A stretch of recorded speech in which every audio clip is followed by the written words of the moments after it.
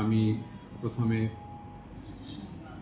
এবছরের সকল এসএসসি পরীক্ষার্থীদের আমার পক্ষ থেকে আন্তরিক শুভেচ্ছা জানাচ্ছি।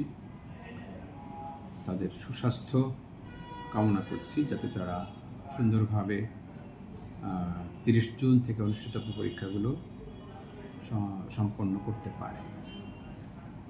সময় অত্যন্ত কাছে চলে আসছে। দেখতে দেখতে আমরা কেন্দ্র প্রধানরা এখন প্রস্তুত হচ্ছি এবং কেন্দ্রগুলো প্রস্তুত করছি। বিভিন্ন আনুষঙ্গিক কাজ রয়েছে অফিসিয়াল, সেগুলো সম্পাদন করছি সুষ্ঠুভাবে পরীক্ষা গ্রহণের জন্য।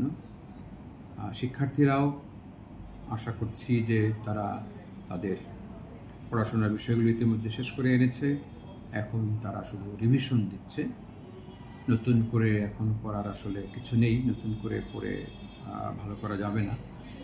যেভাবে তারা প্রস্তুতি নিয়ে এসেছে এতদিন ধরে, সেগুলি এখন তারা রিভিশন দেবে এবং তাদের খেয়াল রাখতে হবে তারা যেন সুস্থ থাকে। এটা সবচেয়ে জরুরি একটি বিষয় হচ্ছে তাদেরকে সুস্থ থাকা, কারণ সুস্থ থেকে পরীক্ষাগুলোতে অংশগ্রহণ করতে হবে, সবগুলো পরীক্ষা সুন্দরভাবে দিতে হবে।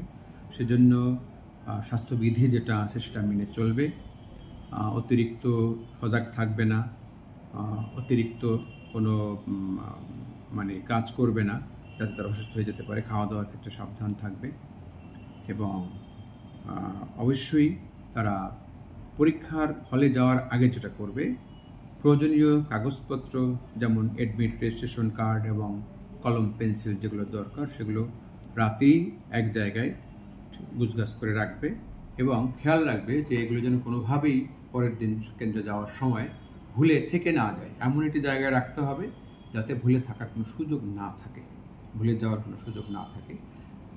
প্রতি বছরই দেখা যায় যে কোনো ছাত্র অ্যাডমিট, রেজিস্ট্রেশন ভুলে রেখে আসছে বাসায় এবং পরীক্ষার হলে এসে তখন খুব অস্থির হয়ে যায়, ভয় পায়, ছুটাছুটি করে। তখন ওই পরীক্ষা তার ভালো হয় না, খারাপ হয়ে যায়। এই বিষয়টা মনে রাখতে হবে। এই জন্য আগে থেকে প্রস্তুতি নিয়ে সেগুলি কেন্দ্রে নিয়ে যেতে হবে এবং ঠান্ডা মাথায় পরীক্ষা দিতে হবে।